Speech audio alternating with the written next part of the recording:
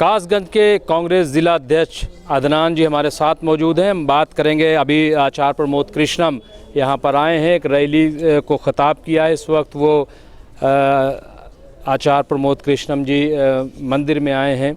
मैं बात करूँगा अदनान जी, क्या लग रहा है आपको कि क्या सूरत हाल है इस वक्त चुनाव की?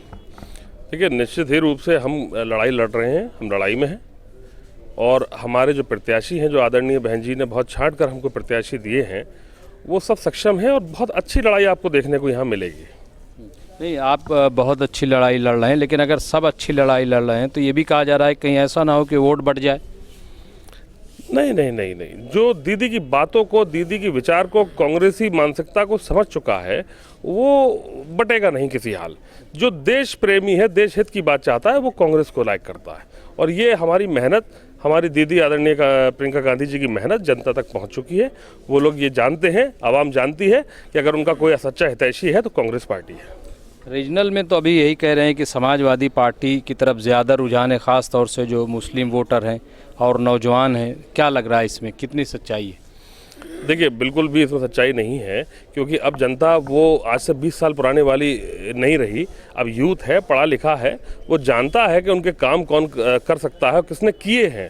कांग्रेस का तो इतिहास बताता है कि कांग्रेस ने क्या कुछ नहीं किया। आज जो कुछ इस देश पे है, जो मोदी जी बेच रहे हैं, वो किसने बनाया? कांग्रेस ने बनाया। तो ये आवाम जान चुकी। अब कोई इफबट नहीं है, ये जाति विशेष पे बंटना अब ख़त्म हो चुका है।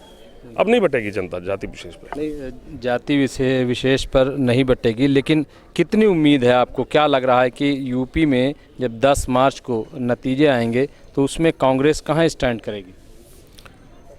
कांग्रेस, मेरा अपना व्यक्तिगत विचार है, कांग्रेस मेरे हिसाब से किंग मेकर की भूमिका अदा करेगी।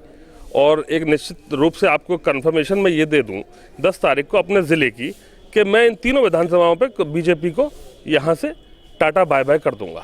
क्या आपको लग रहा है कि बीजेपी जो एजेंडा लेकर हमेशा आ जाती थी, चाहे वो राम मंदिर का मसला हो, मस्जिद का मसला हो, हिंदुस्तान पाकिस्तान, तमाम इस तरीके की चीज़ें, अभी भी हिजाब का मामला चल रहा है, फिर उसके बाद गज़वे हिंद की बात योगी जी ने की, क्या ये तमाम मुद्दे कहीं कोई असरअंदाज हो रहे हैं या जनता ने इनको नकार दिया? देखिए, 14 के बाद से इन लोगों ने एक नफ़रत की भावना पैदा की है, इसमें कोई दो राय नहीं है।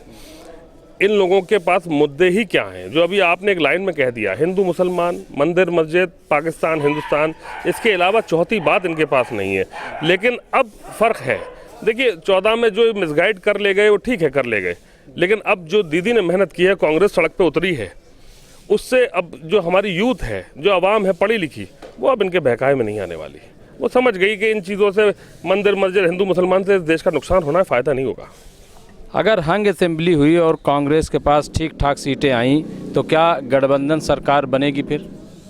मैंने अभी आपसे कहा कि हम किंग मेकर की भूमिका अदा करेंगे, तो आप समझ लीजिए। इसी तरीके से किंग मेकर की भूमिका बंगाल में भी कांग्रेस समझ रही थी। हमने खुद बंगाल का दौरा किया, वहाँ जाके देखा, लेकिन वहाँ जो लहर चली बिल्कुल कि एक पार्टी की तरफ, क्या कुछ ऐसा तो नहीं हो जाएगा यूपी में कि यूपी का मिजाज कुछ अलग है? नहीं, बंगाल हमारे लिए और आवाम के लिए एक उदाहरण बन गया। तो जो गलतियाँ वहाँ की जनता ने की, वो अब यूपी की जनता नहीं दोहराएगी।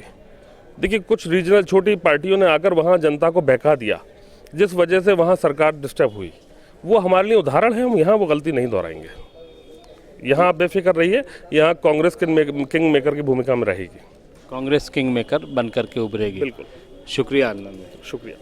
तो ये अदनान थे, इनका कहना है कि कांग्रेस उत्तर प्रदेश में किंग मेकर की भूमिका में रहेगी, यानी जो भी सरकार बनाएगा कांग्रेस ही उसकी सरकार बनाएगी। अब देखना ये है कि वाकई 10 मार्च को क्या होता है। कैमरामैन अब्बास फजल के साथ मैं मुमताज़ आलम रिजवी, MMC न्यूज़ इंडिया।